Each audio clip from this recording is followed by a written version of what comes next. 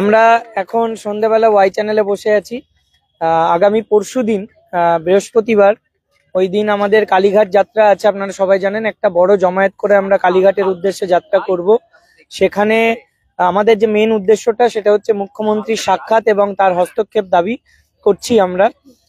তো সেক্ষেত্রে কারণটা আপনারা নিশ্চয়ই জানেন যে আমাদের এখন যা কেসের পরিস্থিতি, সেই জায়গায় দাঁড়িয়ে এখনো অবধি রাজ্য সরকার এবং এসএসসি বা পর্ষদ তারা নিয়মিত টালবাহানা করেই চলেছে। কারণ তিনটে দপ্তর যারা আমাদের নিয়োগ অথরিটি, তারা কিন্তু এখনো তাদের মধ্যে যে কোঅর্ডিনেশনের অভাবটা ছিল সেটা থেকেই গেছে। কারণ স্টেট রিসেন্টলি যে আইএ ফাইল করেছে সেখানে একটা অসামঞ্জস্যপূর্ণ এবং একটা ভুতুড়ে তথ্য দিয়েছে, যেটা থেকে আমরা কোনোভাবেই বুঝতে পারছি না যে এটা কিভাবে এই হিসাবটা মেলানো যায়। যেখানে দাঁড়িয়ে অশিক্ষক কর্মচারী যারা, তাদের ক্ষেত্রে বলা হচ্ছে যে কোনো রকম র্যাঙ্ক জাম্পিং নেই, আইডেন্টিফাই করা যায়নি। সেক্ষেত্রে মানে এসএসসির স্ট্যান্ড পয়েন্ট এবং স্টেটের স্ট্যান্ড পয়েন্ট, সেটা কোথাও গিয়ে মানে একেবারেই যেন একটা বৈপরীত্যের ব্যাপার চলে আসছে, কন্ট্রাডিক্টরি দুটোর মধ্যে। এটা কখনো হতে পারে না। তো সেই জায়গায় দাঁড়িয়ে অবশ্যই আমাদের দরকার মুখ্যমন্ত্রীর হস্তক্ষেপ, এবং তিনি যাতে নিজে থেকে এই তিনটে দপ্তরের যারা আধিকারিকরা আছেন তাদেরকে সঙ্গে নিয়ে আমাদের সঙ্গে মিটিং করেন, সেটা হবে সব থেকে ভালো বিষয়। এবং তারপরেই আমরা মানে বোঝাতে পারবো বা এই সমস্ত কিছু কনফিউশন গুলো দূর করতে পারবো। এতদিন পরেও কেন জানি না এগুলো নিয়ে ছেলে খেলা করছে, একটা অবহেলার ব্যাপার। আপনারা মনে রাখবেন, এই আন্দোলনে যদি না আসেন তাহলে কিন্তু এই কোঅর্ডিনেশনের অভাবটা যেটা দেখা যাচ্ছে এটা থেকেই যাবে। এবং স্টেট যে মানে একটা প্রচুর বড় ভুল করে ফেললো এই আইএটা ফাইল করে, সেটা আমরা অবশ্যই জানাচ্ছি আধিকারিকদের, কিন্তু কোথাও গিয়ে বারবার মনে হচ্ছে সেই মুখ্যমন্ত্রী যিনি এই রাজ্যে সুপ্রিমো এবং সমস্ত কিছুর ওপরে যিনি আছেন, তার হস্তক্ষেপ খুবই জরুরি এই মুহূর্তে। যে তিনি যদি সামনে থেকে এই তিনটে দপ্তরকে একসঙ্গে বসিয়ে আমাদের সঙ্গে আলোচনা করেন এই মুহূর্তে, তাহলে সব থেকে বেশি উপকৃত হব আমরা যারা যোগ্যরা। তো সেই জায়গায় দাঁড়িয়ে এটা করার জন্য মুখ্যমন্ত্রীর হস্তক্ষেপ দাবি যেটা করছি, সেটাকে সঠিকভাবে যেন আমরা আন্দোলনের মাধ্যমে এবং এই জমায়েতের মাধ্যমে একটা ফলপ্রসূ দিক দিতে পারি, সেইটা বিষয়টা ক্লিয়ার করার জন্য প্রত্যেককে আসতে হবে। আপনারা যারা মনে করবেন যে আমরা কিছু জন যাচ্ছি না, বাকিরা হয়তো সবাই যাবে, বা 12,000 পিটিশনার আছে, অর্ধেক না গেলেও 6,000 যাবে বা 7,000 যাবে, আমি তো একজন মাত্র। এই ভুল করবেন না, কারণ আপনি যেমন একজন ভাবছেন আর একজনও ভাববে আমিও একজন। এরকম করতে করতে সবাই বাতিল হয়ে গেলে লাস্টে প্যানেলটাই বাতিল হয়ে যাবে। তো নিজের চাকরি, নিজের জীবন জীবিকা রক্ষার জন্য এবং নিজের স্বার্থেও নিজের অধিকার রক্ষার জন্য আপনারা প্রত্যেকে আসুন। আমরা ওয়াই চ্যানেলে যেমন বসে আছি, সেটা বসে থাকাতে আমাদের কাজ নয়। আমরা এখান থেকে বিভিন্ন পদক্ষেপ নিচ্ছি, বিভিন্ন দপ্তরে যাচ্ছি, কথা বলছি, নিয়মিত ফোন করছি। এবং এই কালীঘাট যাত্রা যেটা আমাদের পরশুদিন রয়েছে, সেখানে একটা বিশাল জমায়েত দরকার।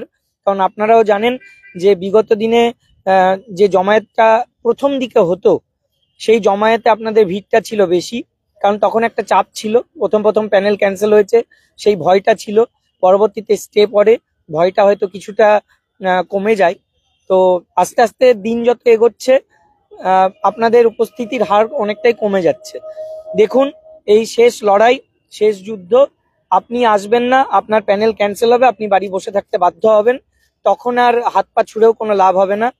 তো সেই জন্য যাতে মানে নিজের অধিকারটা আপনি বজায় রাখতে পারেন, নিজে যে সসম্মানে স্কুলে চাকরি করতে না গে, যেটা প্যানেল ক্যান্সেলের পরে সেই সম্মানটা আমরা হারিয়েছি, সেই সম্মানের সাথে মানে রক্ষা করে আপনারা যাতে স্কুলে চাকরি করতে পারেন, সেই জন্য আগামী পরশুদিন প্রত্যেককে আসতে হবে।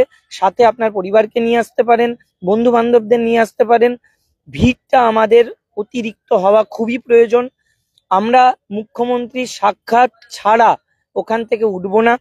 মুখ্যমন্ত্রী কোনোভাবে যদি আমাদের কাছে এই বার্তাটুকুও দেন যে তিনি আমাদের সঙ্গে দেখা করবেন, সেটা যদি সেদিন রাতেও হয়, তবুও আমরা কিন্তু ওই রাত অবধি প্রত্যেকে ওখানে বসে থাকবো। সেরকম ব্যবস্থা নিয়েই তবে আসবেন। এরকমটা না হয় যে আমার ট্রেন 3:30, আমার ট্রেন 4টেই, সেই ভেবে আপনি পেছন কেটে বেরিয়ে যাবেন। আপনার লড়াই করার জন্য আমরা বসে নেই। নিজের লড়াই নিজেকে করতে হবে, এতদিন করেছি, কিন্তু পরশুদিন যদি এর অন্যথা হয় তাহলে কিন্তু এরপরে আমাদেরও কিছু করার থাকবে না, আপনাদের তো কিছু করারই থাকবে না। তাই সময় থাকতে সময়ের গুরুত্ব দিন, সবাই মিলে পরশুদিন আসুন, কেউ বাড়ি বসে থাকবেন না, অন্য কোনো কথা ভাববেন না, শুধু ভাববেন একসাথে রাস্তাতে আসতে হবে, নামতে হবে এবং মুখ্যমন্ত্রীর সাক্ষাৎ এবং হস্তক্ষেপ আমরা চাইছি, সেটাকে ফলপ্রসূ করতে হবে।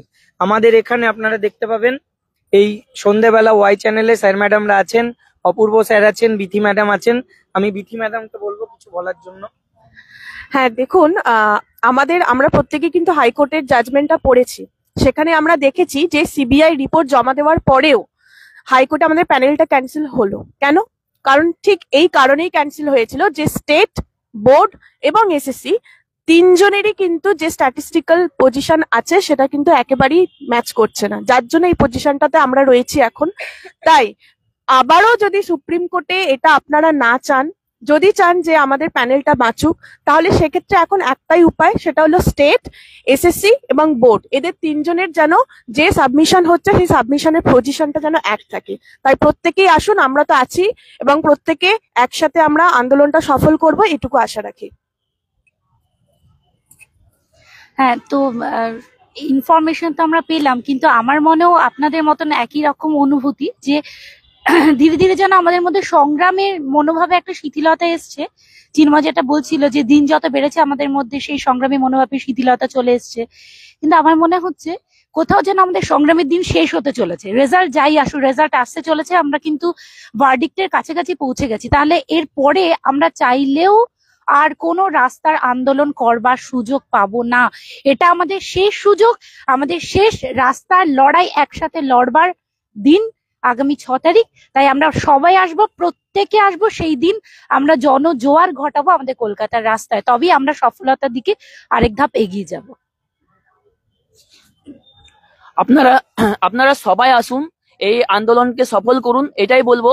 আর যেটা বলবো যে আমাদের যেন এই আন্দোলন 10টা থেকে 5টা না হয়। আমরা যেমন স্কুল যাই 10টা থেকে 5টা, সেই আন্দোলন যেন এই আন্দোলন না হয়। কারণ কি আমরা আগেও দেখেছি 27 তারিখে যখন আমাদের 27 ডিসেম্বর আন্দোলন শুরু হয়েছিল, ওই রানী রাসমণিতে আমরা 10,000 জন এসেছিলাম, 10,000, কম নয় সংখ্যাটা, আমাদের মুখ্যমন্ত্রীর সঙ্গে দেখা করার জন্য। ওই রকম 10,000, 12,000, 15,000 যত বেশি হবে তত ভালো, তত সরকারের উপর চাপ পড়বে একটা। কারণ কি আপনি ভাবুন, আপনার অনেকে বলে যে আন্দোলনে কিছু হয় না, আমি মনে করি যে আন্দোলনে প্রচুর কিছু হয়। আন্দোলনের এফেক্ট আমরা দেখেছি, আগেও দেখেছি, প্রতিটা আন্দোলনেই দেখেছি। সেই জন্য আন্দোলন মানে একটা বিশাল কিছু পরিবর্তন আনতে পারে। তো সেই আন্দোলনের জন্য কি দরকার? লোকবল দরকার, আপনার উপস্থিতি দরকার। আর আপনার উপস্থিতি সেটা যেন 10টা থেকে 5টা না হয়। বারবার আমরা বলছি, আপনি সেই দিনে ব্ল্যাঙ্কেট নিয়ে আসুন, আপনার যোগাযন্ত্র নিয়ে আসুন, আপনাকে রাতে থাকতে হবে এই মেন্টালিটি নিয়ে আসুন, হয়তো 2 দিন 3 দিন থাকতে হবে এই মেন্টালিটি নিয়ে আসুন। কারণ কি মুখ্যমন্ত্রীর দেখা পাওয়া এত সহজ নয়। আপনারা যদি না আসেন, গুটি কয়েক মানুষ নিয়ে মুখ্যমন্ত্রীর দেখা পাওয়া যায় না। আগেও আমরা ওয়েটিং আন্দোলন বা এই আন্দোলনে দেখেছি। তো সেই কারণে আমি বলবো যে আপনারা মানসিক প্রস্তুতি নিয়ে আসুন, আপনার বাড়ির মেম্বারদের নিয়ে আসুন, আপনার ফ্যামিলিকে নিয়ে আসুন। আপনি যেন কোনো পিছুটান ছেড়ে আসবেন না, এখানে আসুন। আন্দোলনকে আমরা মানে সফল করে জয়ী হব এখান থেকে। আর এসএসসি স্টেট যেন একই কথা বলে, সবাই যেন একই কথা বলে। এবং আমরা যারা ফ্যামিলিগত কারণে আসতে পারছি না, আপনারা এসে দেখুন এখানে কত বাচ্চা নিয়ে আসছে। আপনারা অজুহাত দেবেন না, অজুহাতটাকে পিছনে রেখে আপনি এখানে আসুন এবং আন্দোলনটাকে সফল করুন, এইটাই বলবো। যে স্থানে এবং যে ব্যক্তির কাছে গেলে আমাদের এই আবেদন কার্যকরী হতে পারে, সর্বতোভাবে কার্যকরী হওয়ার আশা এবং আকাঙ্ক্ষা রয়েছে, আমরা কিন্তু সেখানে যেতে চলেছি। আমরা বিভিন্ন জায়গায় এর আগে আন্দোলন করেছি, সেখানে আপনাদের জমায়েত অত্যন্ত ভালো ছিল। প্রথম দিনের কথা ভেবে দেখুন, যখন আমরা এসএসসি অফিসে গেছিলাম, সেখানে যে হিউজ পরিমাণ জমায়েত হয়েছিল, সেখানে আমরা আমাদের বার্তা ছড়িয়ে দিতে পেরেছিলাম। এখানে আমরা যখন ওয়াই চ্যানেলে আন্দোলন করছি, অবস্থানে রয়েছি, আমরা কিন্তু সমাজের কাছে আমরা কারা এবং আমাদের অধিকার কিভাবে লঙ্ঘিত হয়েছে সেগুলো কিন্তু আমরা পৌঁছে যেতে পেরেছি শুধুমাত্র এই একজোট হওয়ার কারণে। এবার আমরা যে জায়গায় যেতে চলেছি সেটা কিন্তু সর্বোচ্চ জায়গা, সর্বোত্তম জায়গা, যেখানে গেলে আমাদের আন্দোলনের এই আমাদের যে বার্তা সেটা কার্যকরী হওয়ার সম্ভাবনা রয়েছে। আপনারা যদি এই দিনটায় না আসতে পারেন, তাহলে কিন্তু এর পরে আঙুল কামড়ালেও এই দিন, এই সুযোগ, এই সময় কিন্তু আর ফিরে আসবে না। তখন কিন্তু তীর অলরেডি বেরিয়ে যাবে ধনুকের থেকে, তখন কিন্তু আর কিচ্ছু করার থাকবে না। আপনাদের বোধ বুদ্ধির ওপর আমার ভরসা আছে, আপনারা জানেন আপনারা কোন জায়গায় রয়েছেন। অতএব সুতরাং আমার রিকোয়েস্ট, আমাদের প্রত্যেকের রিকোয়েস্ট, আপনাদের প্রত্যেকের ভেতরের রিকোয়েস্ট এটাই যে আমরা যেন সবাই মিলে সেদিন থাকি, সবাই মিলে যেন সেদিন আন্দোলনে অংশগ্রহণ করি। আচ্ছা, এর আগে সবাই মানে অনেকেই বলেছেন যে কেন কালীঘাট বা নবান্ন অভিযান করা হচ্ছে না। আমি শুধু এটুকুই বলতে চাই যে অ্যাট লাস্ট কিন্তু সেইটার কিন্তু অর্গানাইজ করা হয়েছে। তো সেই জন্য অবশ্যই সবাই আসবেন, কোনো রকম কোনো এক্সকিউজ দেবেন না, কারণ এখানে জমায়েতটা ভীষণ পরিমাণে দরকার। যদি জমায়েত না হয় তাহলে আমাদের উপর কোনো খারাপ ভালো কিছু ঘটতে পারে, যেটা খারাপ যাতে কিছু না হয় এই জন্য অবশ্যই সবাই আসবেন, কোনো এক্সকিউজ দেবেন, এটুকুই বলার।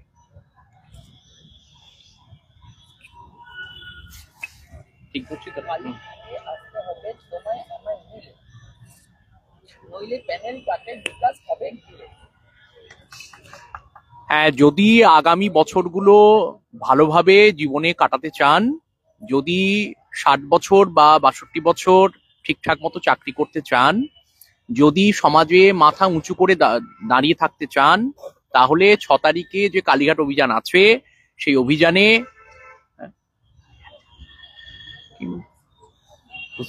6 তারিখে যে অভিযান আছে সেই অভিযানে অবশ্যই আসুন।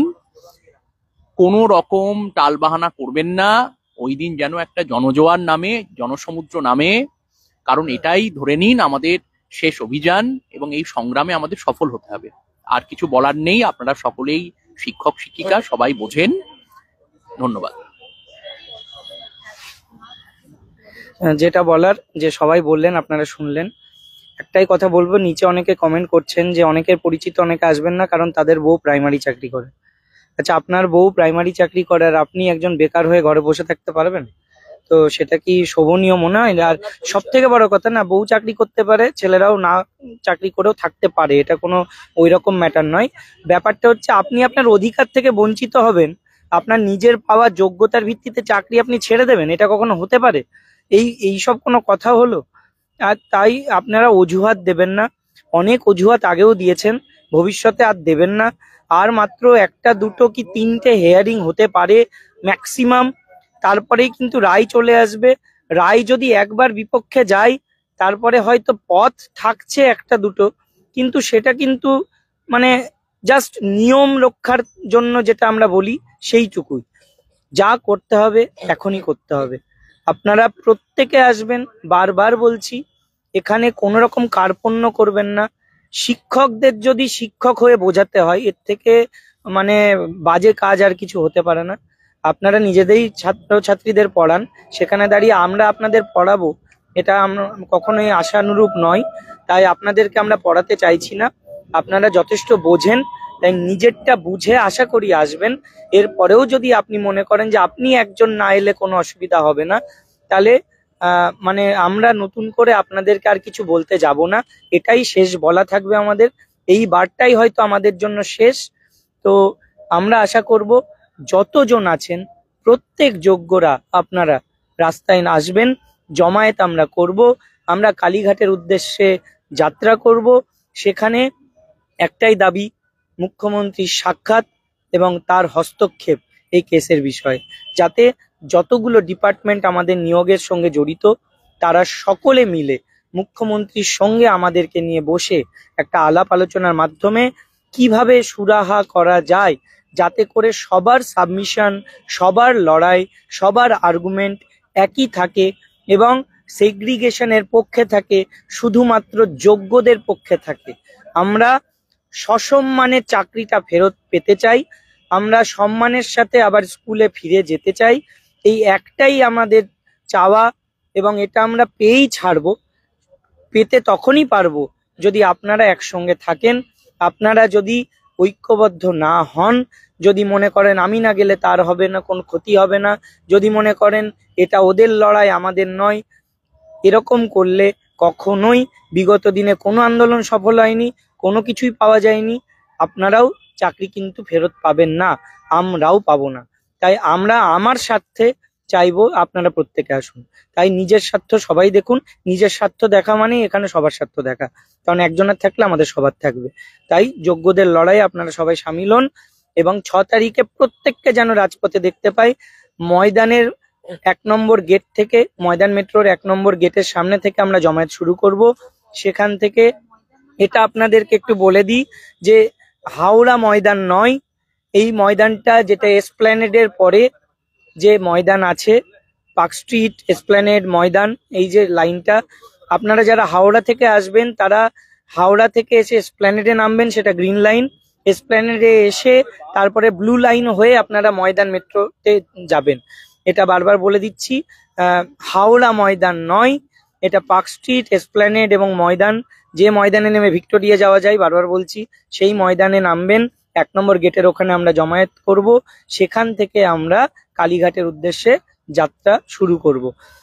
আবারও বলছি, প্রত্যেককে চাই, না হলে কিন্তু আমরা সব ঘটি বাটি সব হারাবো। যোগ্য